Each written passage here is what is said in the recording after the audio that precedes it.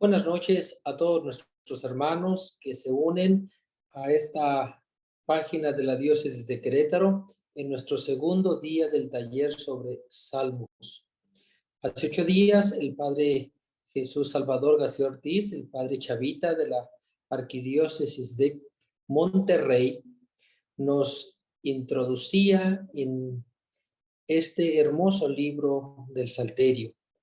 Hoy, continuando con este programa que tenemos en el mes de la Biblia aquí en la Diócesis de Querétaro, tendremos la segunda sesión. Le agradecemos infinitamente al Padre Salvador, nuestro querido amigo y hermano, el Padre Chavita, por el tiempo que se da para compartir con nosotros la palabra. Padre Chavita, muchas gracias. Nuevamente bienvenido a esta diócesis y te damos los micrófonos. Adelante, el tiempo es tuyo. Buenas tardes, queridos hermanos. Vamos a iniciar esta sesión. Ahora vamos a meditar con el Salmo 32, como les dije la sesión pasada, el viernes pasado. Y bueno, voy a compartir mi pantalla para iniciar leyendo este salmo y que también sirva de oración, ¿verdad? Orar con este salmo. Ofrecemos también esta sesión por nuestras necesidades, ¿verdad? Las necesidades de nuestro México. Le pedimos a Dios su gracia. Voy a compartir mi pantalla.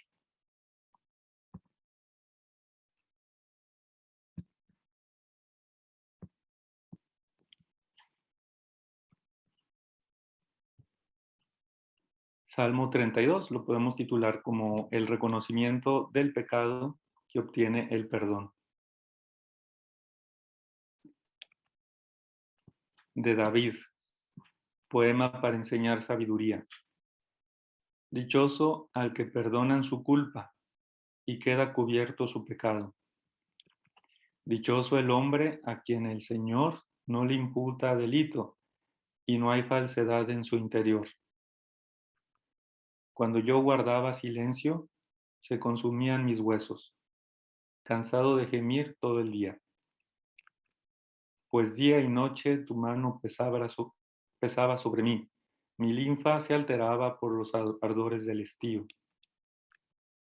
Mi pecado te he hecho conocer, y no cubrí mi culpa. Me dije, confesaré al Señor mis delitos, y tú perdonaste la culpa de mi pecado. Por eso a ti acude en oración quien te ama, en el tiempo en el que se dará cuenta de la culpa, sí, en la inundación de grandes aguas que jamás lo alcanzarán. Tú eres mi refugio, me proteges de la angustia, me rodeas de gritos de liberación. Yo te hago sabio y te instruyo el camino a seguir. Yo te aconsejo, sobre ti está mi ojo. No sean como el caballo o el mulo, que no entienden. Rienda y freno hacen falta para domar su brío, pero ellos a ti no se acercan. Copiosas son las penas del malvado, mas quien confía en el Señor, amor lo rodea. Alégrense en el Señor y exulten, oh justos, y griten de gozo ustedes todos rectos de corazón. Gloria al Padre y al Hijo y al Espíritu Santo, como era en el principio, ahora y siempre, por los siglos de los siglos. Amén. Bueno, ahora voy a dejar de compartir mi pantalla.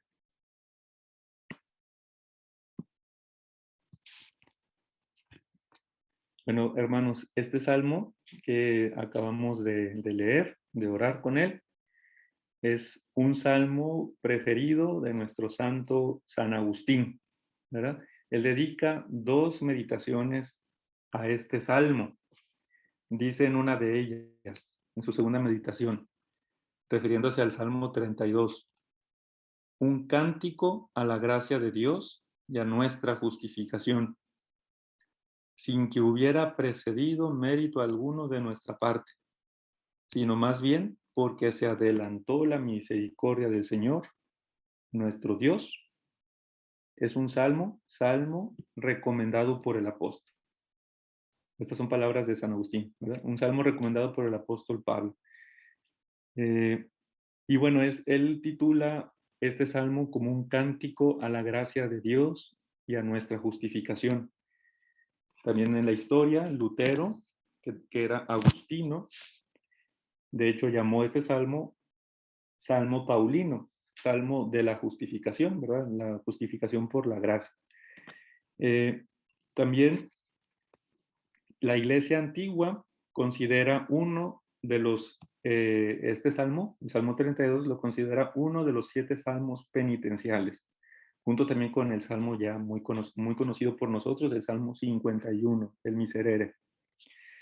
Y bueno, les comparto esta reflexión porque les mencionaba la sesión anterior, que es un salmo que en particular a mí me gusta, nos ayuda también, nos prepara para un encuentro con el Señor, nos prepara también para el sacramento de la confesión, de la reconciliación, nos prepara, dispone nuestro corazón pues para purificar y pedir la gracia de Dios, purificar nuestra vida, nuestras almas. Bueno, vamos a hablar de la estructura, el género de este salmo.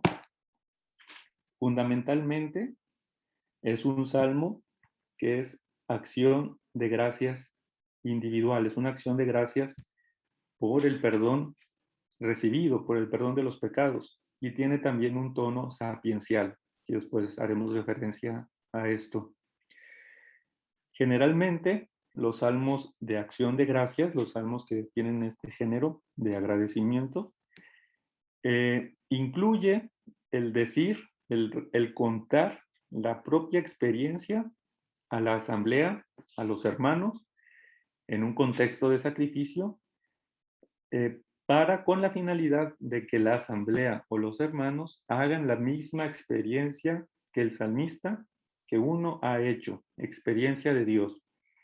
Algo particular de este salmo es que aquí no hay ningún contexto de sacrificio, pero sí hay esa invitación a decirle a la asamblea, a los hermanos, a quienes escuchan este salmo, que hagan la misma experiencia, que tengan esta misma experiencia que el salmista ha tenido de Dios.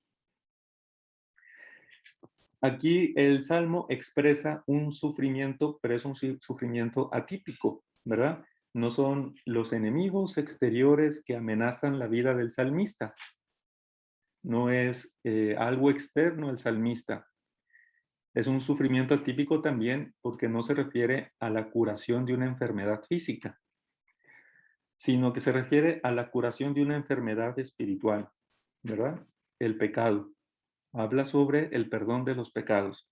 Este salmo es un salmo muy cercano al Salmo 51, que ya lo hemos mencionado. Ambos salmos están muy cercanos a la teología de la nueva alianza, de la que nos habla el profeta Jeremías en el capítulo 31 del libro del profeta, 31 al 34, donde se nos promete que el Señor recreará nuestro corazón, una nueva alianza. Y por lo tanto podemos datar este salmo de la época del exilio o post-exilio, ¿verdad? Igual que el profeta Jeremías, de la época del exilio. Y en general podemos estructurar este salmo en 2 grandes partes. De manera muy sencilla, la primera estrofa serían del versículo 1 al 5, del que nos habla Dios perdona, y los versículos, la segunda estrofa serían los versículos 6 al 11, que nos hablan del amor, del gozo, de la alegría por el perdón recibido, pues también que ha hecho el salmista.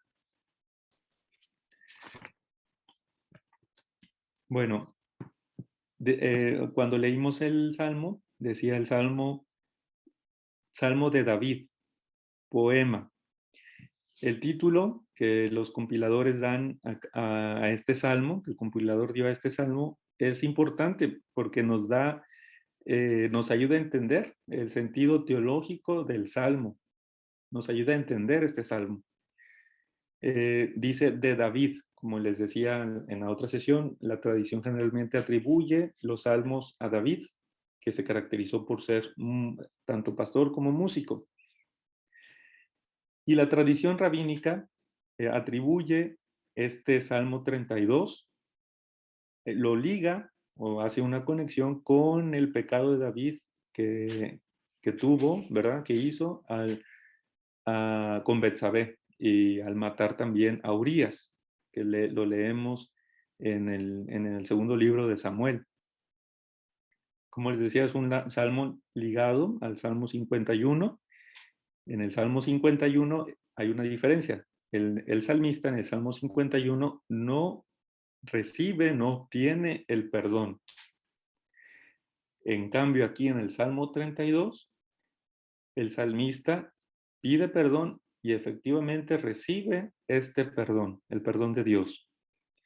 Cuando leímos el texto en la pantalla, yo escribí Salmo de David, poema para obtener sabiduría, para alcanzar sabiduría, porque el término poema en hebreo, la expresión para alcanzar sabiduría la puse entre paréntesis porque no viene en el texto, pero lo puse porque el término hebreo que traducimos por poema o por cántico, es un término hebreo que significa o que da a entender que es un canto, un poema compuesto de modo sapiencial y por lo tanto tiene como una finalidad didáctica, es para enseñar, es instructivo, por eso el versículo 8 dice, te instruiré, así inicia el versículo 8.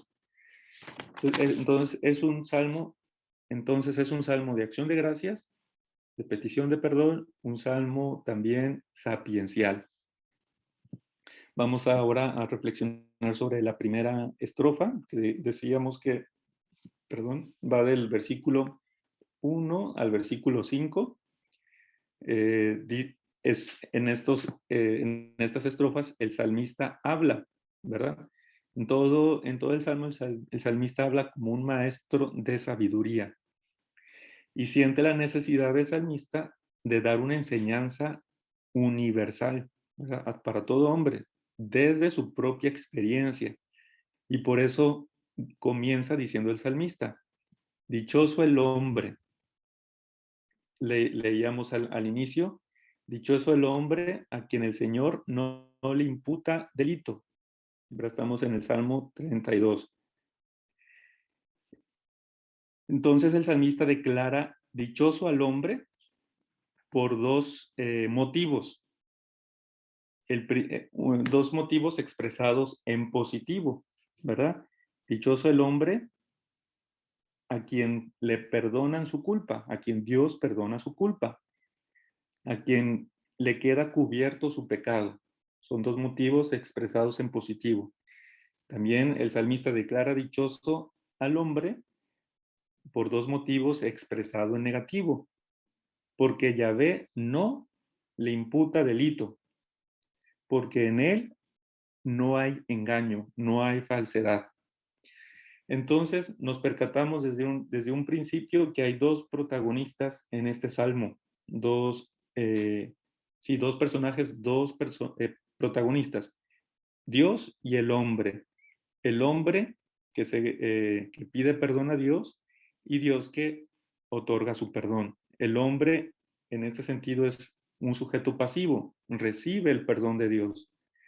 Se convierte en un sujeto activo cuando el salmista dice, dichoso aquel en donde no hay falsedad, ¿verdad? Digamos que es la única condición para ser perdonado, la sinceridad, que después ahorita hablaremos a qué se refiere con esa frase en el que no hay falsedad. Y entonces el salmista declara, dichoso, feliz, beato, el hombre. Hay una diferencia entre una bendición y una beatitud. Una bendición es un deseo, un augurio, y generalmente en un contexto religioso, ¿verdad? El sacerdote que nos bendice, bueno, También nosotros todos podemos dar la bendición. Es un deseo, un augurio de que el Señor siempre esté contigo. En cambio, la beatitud es una constatación y está muy ligado a la búsqueda de la felicidad, a la búsqueda de la sabiduría. Y en la antigüedad pues estaba más ligado a un contexto laico y a un contexto religioso. Entonces la beatitud es una constatación. El salmista habla de una constatación. Efectivamente el hombre es dichoso a quien Dios le perdona su culpa, a quien queda cubierto su pecado, a quien el Señor no le imputa delito y no hay fraude, engaño, falsedad en su interior. Un dato interesante de este salmo es que, bueno, de todo, más bien de todo el salterio. En el salterio, en los 150 salmos, el término beato, un término feliz, dichoso, que nosotros lo traducimos con estos tres términos, ese término en hebreo aparece 26 veces en el salterio. En todo el Antiguo Testamento aparece 45 veces. En el Salmo, una gran concentración, la mitad, prácticamente más de la mitad, está en el salterio, 26 veces. Este número 26 también es algo significativo, muy significativo, porque en hebreo cada letra del alfabeto tiene un valor numérico y el tetragrama, que nosotros traducimos por Señor, el tetragrama de Yahvé, son 4 letras cuyo valor suma 26. Y es curioso, ¿verdad? Constatar que el término beato, feliz, aparece 26 veces en el Salterio. Podemos entonces decir digamos, de estos datos, concluir, y es una realidad, que la felicidad, la beatitud, está muy ligada al Señor. Está ligada, viene del Señor, la beatitud, la felicidad.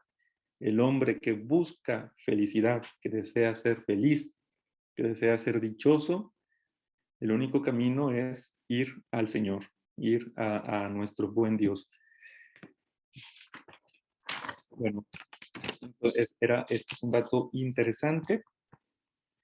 Seguimos leyendo el Salmo, reflexionando en el Salmo, y nos damos cuenta que para expresar el perdón de Dios, el salmista utiliza 3 verbos, que ya los mencioné cuando leí el Salmo. El primer verbo es perdonar, así lo traducimos, perdonar. El otro verbo es cubrir. Y el otro verbo, el tercero, es imputar, ¿verdad? Son 3 verbos que corresponden a 3 sustantivos para expresar la realidad del pecado. Esos 3 sustantivos son rebelión, pecado y culpa. Ahorita voy a explicar cada uno. Estos 3 sustantivos para expresar la realidad del pecado, con estos 3 verbos para expresar la realidad del perdón de Dios, también este número es muy significativo. El número 3 significa totalidad. Entonces, el salmista está expresando, por un lado, la terrible realidad del pecado, la totalidad del pecado, pero al mismo tiempo, por otro lado, la gran misericordia de Dios que rebasa todo pecado, la plenitud de la misericordia de Dios para perdonar todo pecado, cualquier pecado. Ese número 3 tiene ese sentido, ¿no? La gran misericordia de Dios perdona cualquier tipo de pecado, ¿verdad? Cuando el hombre se arrepiente, es como si a cada forma de pecado correspondiese, digamos, una actitud divina para contrarrestar ese pecado. El primer término para el pecado es rebelión.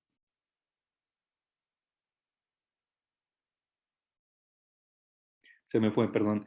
Es rebelión. Y esta palabra rebelión hace referencia a la transgresión de una relación, la ruptura de una relación. entre Dios y nosotros. Estamos hablando de la relación entre el hombre y nosotros y Dios. Rebelión. El segundo término es pecado, que es, digamos, el término más común para designar la realidad del pecado, que en hebreo significa equivocar, desviar el objetivo, desviarse, fallar. Es como si el hombre intentara tirar un dardo y falló el objetivo, ¿verdad? Se desvió ese dardo y se fue totalmente fuera pues a un comportamiento antisocial. El tercer término, culpa. La culpa, este término, hace referencia a estar doblado, destruido, y es la consecuencia por el pecado. Es el peso del pecado. Pero todos expresan la misma realidad, que es el pecado, ¿verdad? La revelación, la transgresión del hombre, la ofensa del hombre hacia Dios, la transgresión de esa relación. Y los tres verbos para expresar la misericordia de Dios, el perdón de Dios, que es la respuesta divina a cada uno de estas actitudes humanas, el primero es cargar, cargar. Es decir, Dios carga con el peso del pecado que uno debería cargar. Sí, dice el salmista, dichoso a quien le perdonan su culpa, Dios carga. Nosotros la traducimos en nuestras Biblias como perdonar, pero en realidad el verbo es cargar. Dios carga el peso del pecado que uno debería llevar.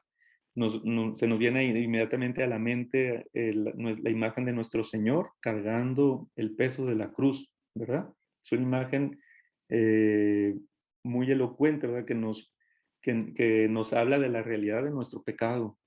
Dios carga el peso que nosotros deberíamos de cargar. También recordamos, por ejemplo, a Caín en Génesis capítulo 4. Dice el mismo Caín, después de haber asesinado a su hermano Abel, dice Caín, grande es mi culpa para poderla llevar. En el libro de Levítico, en el capítulo 16, se nos habla del día de la expiación. Uno de los ritos era que el sacerdote imponía las manos sobre el cabrito como un gesto de hacer cargar las culpas, los pecados sobre el cabrito, y después el cabrito era dejado libre por el desierto. El desierto destruía el cabrito y por lo tanto destruía el pecado. No es nada casual tampoco que la tradición rabínica relacione este Salmo 32 con el día de la expiación que nos narra el capítulo 16 del Levítico.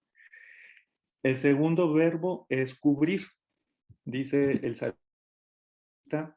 Bueno, ya les había dicho que cargar viene en el primer versículo, que generalmente se traduce como perdonar, pero literalmente es cargar. Dichoso al que cargan, se refiere a Dios, dichoso al que Dios carga con su culpa, Dios carga con la culpa del hombre. El segundo verbo es cubrir, y dichoso aquel que queda cubierto su pecado. Cubrir, ¿verdad? Es también el verbo hebreo, y algo que no es cubierto, una falta que no es cubierta, significa venganza, significa que falta el perdón. Recordamos, por ejemplo, a Job, en el capítulo 17, dice Job, la tierra no cubra mi sangre. Está reclamando Job venganza, está reclamando a Dios venganza por todo lo que le ha sucedido. Y es una imagen para expresar el perdón de Dios. No es cubrir de modo superficial como cubrimos algo con un pedazo de tela. No es simplemente eso. Cubrir es sinónimo en hebreo de cancelar, de eliminar, de olvidar. Dios cubre el pecado, ya no lo ve, pero no simplemente cubrir, sino lo elimina, lo cancela, lo olvida. Y luego el tercer verbo es imputar o contar. Este verbo, en sentido negativo, no imputar, ¿verdad? No contar. Es un verbo que tiene como contexto el mundo del comercio, donde el acreedor, cuando no imputa algo, el acreedor renuncia a su derecho de cobrar al deudor lo que le debe el deudor. Y pues eso es lo que pedimos al Señor en el Padre Nuestro, que nos enseñó nuestro Señor Jesús. Recordamos también Génesis 15, 16, versículo 16, donde donde Dios le acreditó a Abraham su fe como justicia. Abraham creyó y el Señor le imputó, le contó su fe como justicia. En el segundo libro de Samuel, en el capítulo 19, Simeí le dice a David, no tengas cuenta, no imputes, ¿verdad? Mi culpa, no tengas en cuenta mi culpa, no lo recuerdes, no lo conserves en tu corazón. El Antiguo Testamento es rico en imágenes para expresar la misericordia de Dios que perdona. Estas son solamente 3 ejemplos que el salmista quiso utilizar en este salmo, pero hay muchas más. Por ejemplo, en Isaías 38, la imagen de echarse los pecados a la espalda. También se nos viene a la mente la imagen de nuestro Señor con el peso de la cruz. En el profeta Miqueas, arrojar el pecado al fondo del mar, es otra imagen para expresar el perdón de Dios. En el libro del Sirafide, el derretirse el pecado como la nieve se derrite al sol. También en el libro de Isaías y en el Salmo 51, lavar, otra imagen para expresar el perdón, lavar y volver blanco como lana. Son varias las imágenes en el Antiguo Testamento para expresar la realidad del perdón de Dios. Y el perdón es un acto gratuito, ¿verdad? Es un don que Dios nos da. Y hasta ahora decíamos, el hombre es pasivo, un sujeto pasivo, recibe de Dios el perdón en el Salmo, en el versículo primero. En el versículo 2, el hombre se convierte en sujeto activo y dice el salmista, dichoso el hombre en quien no hay falsedad. Es la única condición para recibir el perdón de Dios, no tener falsedad en el corazón. Recordemos el Salmo 51 una vez más, nos dice el salmista, tú amas la verdad, tú amas, Señor, la verdad en lo íntimo del ser. En mi interior, tú, Señor, me inculcas sabiduría. ¿Qué se entiende por falsedad? Tener o no tener falsedad en el interior, según este salmo.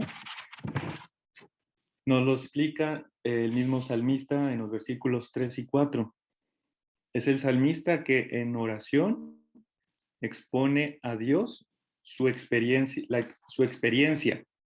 Es la experiencia negativa de esconder su culpa. Entonces, la falsedad en el corazón hace referencia a cuando nosotros callamos y no le pedimos perdón a Dios. Dice el versículo 3, guardaba silencio y se consumía mi cuerpo, cansado de gemir todo el día. Tener falsedad en el corazón, no ser sinceros con Dios es no pedirle perdón. Por eso el salmista en el versículo 2 dice, dichoso el hombre que no hay falsedad en su interior. Dice el salmista que todo el día, cansado de gemir todo el día, y la causa nos la da el versículo 4. Pues tú, es el salmista que se está dirigiendo a Dios en oración, pues tú descargabas día y noche tu mano sobre mí. La causa de ese sufrimiento es la mano correctiva de Dios, que está pesada todo el día y noche sobre el salmista. Y la causa es por no pedir perdón, por quedarse callado y no reconocer su perdón, su falta ante Dios. Entonces, aquí podemos ver un poco el principio de la sabiduría antigua, ¿verdad? El bien porta felicidad y el mal porta o lleva a la infelicidad, también en sentido físico. Y como les decía hace rato, la enfermedad antes estaba muy ligada, el pensamiento la ligaba al pecado, pero les decía que Jesús corrige, nuestro Señor Jesús corrige pues esa causa-efecto, ¿no? Eh, y me equivoqué hace rato, ¿verdad? Yo hacía referencia al capítulo 5, pero más bien es el capítulo 9 de San Juan, del ciego de nacimiento. El Señor dice, ni él y sus padres cometieron pecado, sino que su ceguera es para que se manifieste el poder de Dios. Es un designio misterioso de Dios, para que se manifieste la gloria de Dios. Y recordemos también, por ejemplo, el paralítico de, por ejemplo, Mateo, capítulo 9, cuando lo bajan entre cuatro al paralítico ante el Señor Jesús, lo primero que hace el Señor Jesús es no curar al paralítico, sino perdonar los pecados, ¿verdad? Jesús corrige esa mentalidad antigua que ligaba la enfermedad con el pecado, como causa-efecto. Entonces les decía que tener falsedad en el interior para el salmista del Salmo 32 consiste en callar, en no pedir perdón al Señor por nuestras culpas, en no reconocer nuestras faltas. La raíz del sufrimiento del salmista es esconder el pecado. Dice, por ejemplo, Job, en el libro de Job, dice, no he ocultado mi culpa, teniéndola en mi pecho, como si temiera la gente, la familia, tanto que mejor permanezca callado sin salir de casa. Es Job 31, en versículos 33, 34. Entonces, esconder el pecado lleva a ese sufrimiento expresado en estas imágenes. Se consumían mis huesos, dice el salmista. En algunas traducciones dice se consumía mi cuerpo, pero literalmente el texto hebreo dice se consumían mis huesos. Los huesos, pues sabemos, la estructura que da solidez al cuerpo. Incluso esa misma estructura que da solidez al cuerpo se tambalea. Y si se tambalea ese fundamento, se tambalea todo el cuerpo entero, se deshace. El Salmo 31, por ejemplo, habla del dolor que viene del pecado.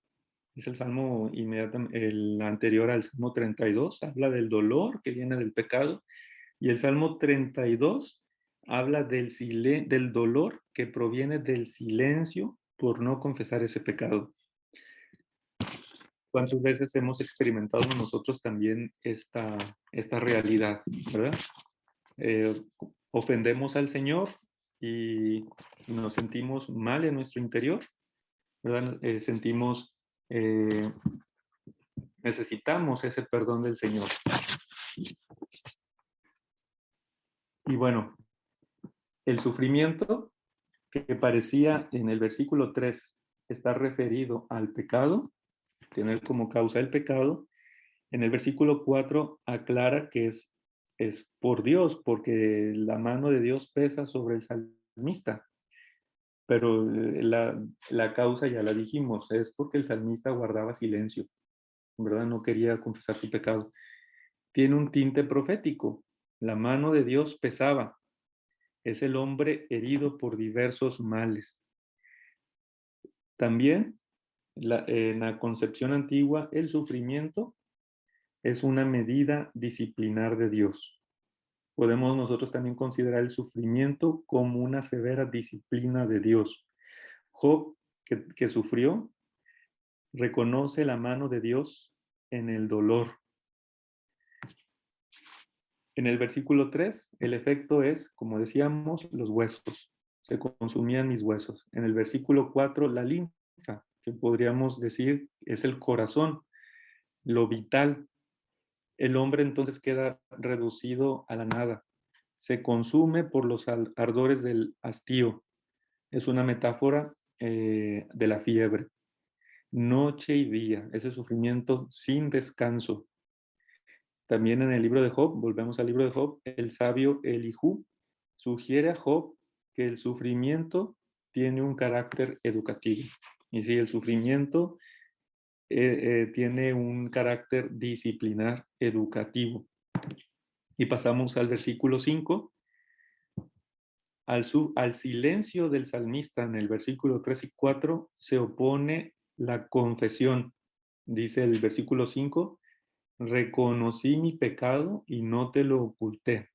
No te oculté mi culpa. Me dije, confesaré al Señor mis rebeldías, y tú absolviste mi culpa, perdonaste mi pecado. Este versículo 5 muestra lo que es la sinceridad, lo que es la verdad. Acabamos de ser, en agosto celebramos la fiesta del profeta, del apóstol San Bartolomé, Natanael, y recordemos cómo dice el Señor Jesús en el Evangelio de San Juan, he ahí un israelita en el que no hay doblez, ¿verdad? También es una referencia a nuestro salmo. El versículo 5 entonces muestra lo que es la sinceridad. La sinceridad es no ocultar a Dios nuestras faltas. La sinceridad es confesar nuestras faltas. Y hay 3 acciones del hombre y la acción de Dios que perdona. Aquí se expresa la universalidad del pecado confesado, ¿verdad? Son 3 acciones. En el versículo 4, las 3 acciones que hace el salmista es reconocer, no ocultar y confesar. Y son verbos, sobre todo el confesar, son verbos del decir. No se debe ocultar nada. No se debe, para recibir el perdón de Dios hay que ser sinceros y no ocultar nada. Los 3 verbos del perdonar de Dios corresponden ahora a 3 verbos de la confesión, que ya se los mencioné. El primero, reconocer. Reconocí, que también puede ser en presente siempre. Reconozco. Y nos recuerda la primera carta de San Juan. Si decimos que estamos sin pecado, nos engañamos y la verdad no está en nosotros. En eso consiste la falsedad. En cambio, si confesamos, Dios es fiel y justo para perdonarnos de toda iniquidad, dice la primera carta de San Juan. El segundo verbo es ocultar. No te oculté. Cuando en la Biblia, cuando Dios es el sujeto del verbo ocultar, significa perdonar. Dios oculta el pecado, Dios perdona el pecado. Cuando el hombre es sujeto de ese ocultar, el hombre oculta significa no confesar. El hombre oculta su pecado, por lo tanto no confiesa, no es sincero ante Dios.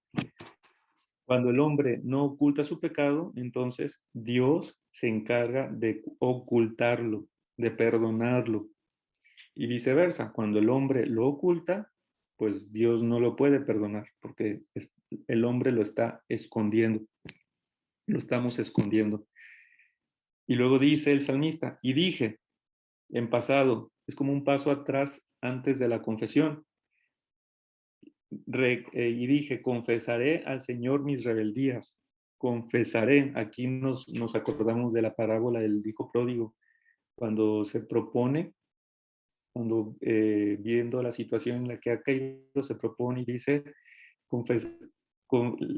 me levantaré, volveré a mi padre y le diré, he pecado contra el cielo y contra ti, ya no merezco ser llamado hijo tuyo.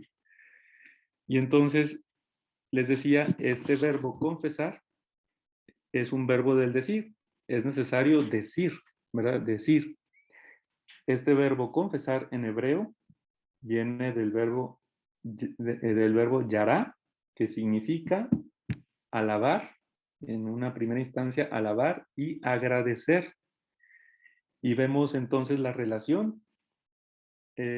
Confesarle a Dios es también una acción de gracias por su perdón. Confesarle a Dios nuestros pecados es al mismo tiempo alabarlo, reconocer su misericordia y agradecerle su misericordia. Dice Proverbios 28, quien cubre las propias transgresiones no tendrá éxito. Quien las confiesa y las abandona encontrará misericordia. Alabar a Dios consiste también en confesar y reconocer los propios pecados. Cuando nos acercamos al sacramento de la confesión, es alabar a Dios por su misericordia. Y la acción de Dios es perdonar. A la confesión de los pecados sigue el perdón de Dios. Y el perdón de Dios es inmediato, la inmediatez del perdón. También lo dice el salmista. Confesaré al Señor mis rebeldías y tú, Señor, absolviste mi culpa y perdonaste mi pecado. Es inmediato el perdón. Y recordemos también la historia de David, cuando Natán se presenta ante él para echarle en cara, hacerle ver que él era quien había ofendido al Señor al cometer ese pecado contra Betsabé y contra Urías, y le muestra esa imagen del hombre rico que tiene muchas ovejas y el pobre. Ya conocemos la historia. Al final, David se pone como juez y culpa a ese hombre rico que se aprovecha del pobre, y Natán le dice, tú eres ese hombre. Y David dice, he pecado contra el Señor. E inmediatamente después, el profeta Natán le dice, el Señor ha removido tu pecado. Es inmediato el perdón del Señor. Y San Agustín comenta, confesaré, Dios ha oído la voz de mi corazón. La voz no había aún salido de mi boca, pero el oído de Dios estaba ya en mi corazón, ¿verdad? Dios nos escucha, conoce nuestro interior. Y les decía que la confesión no se realiza en el interior de la persona, inicia en el interior, pero es un verbo del decir. Espero no haber confundido, quizás no me expliqué bien. La confesión implica un verbo del decir. Viene del interior, pero implica el decir, el hablar.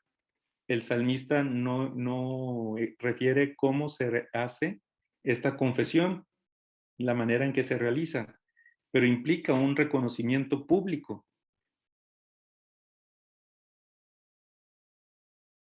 Mías 9, una confesión pública donde el pueblo judío está reunido, está vestido de sayán, con ceniza en la cabeza, cubierto de ceniza. Durante un cuarto de día leen la Torá, la ley del Señor, y durante otro cuarto de día confiesan públicamente sus pecados. La tradición hebrea, la tradición rabínica liga este salmo al día de la expiación, y nosotros podemos referir este salmo al sacramento de la confesión, ¿verdad? Pero el salmista en sí no dice cómo se realiza esta confesión, pero sí implica un reconocimiento público. Y bueno, llegamos a los versículos 6 y 7. Estos los dejaremos ya en la siguiente sesión. Dejamos la segunda mitad del Salmo. Habíamos dicho al inicio que el Salmo está dividido en dos estrofas, versículos 1 al 5, y los versículos 6 al 11 en la segunda estrofa. Esta segunda estrofa la dejamos para la siguiente sesión. Invito nuevamente a volver a leer este Salmo, el Salmo 32. Oren con él durante la semana y también incluyan el Salmo 33, 32 y 33. Demos gracias al Señor, gloria al Padre y al Hijo y al Espíritu Santo, como era en el principio, ahora y siempre, por los siglos de los siglos. Amén. Muy bien, que tengan una feliz semana. Gracias. Padre Chavita, muchas gracias por este tiempo que nos has regalado a todos los feligreses de esta diócesis de Querétaro, a todos nuestros hermanos que nos han seguido por estos medios. También les agradecemos la oportunidad que nos dan de compartir con ustedes la palabra. Les pedimos que difundan este material, tanto el primer taller como este segundo estarán disponibles en la página de YouTube de la diócesis para que si alguien se perdió, no llegó a tiempo, pues con la posibilidad de tomar su taller. Y les recordamos, de hoy en 8, tenemos nuevamente nuestra cita para este taller de Salmos. Todos los viernes del mes de septiembre a las 7 de la noche tendremos el taller de Salmos. Los esperamos, inviten a uno más para que se aproveche esta actividad. Bendiciones para todos.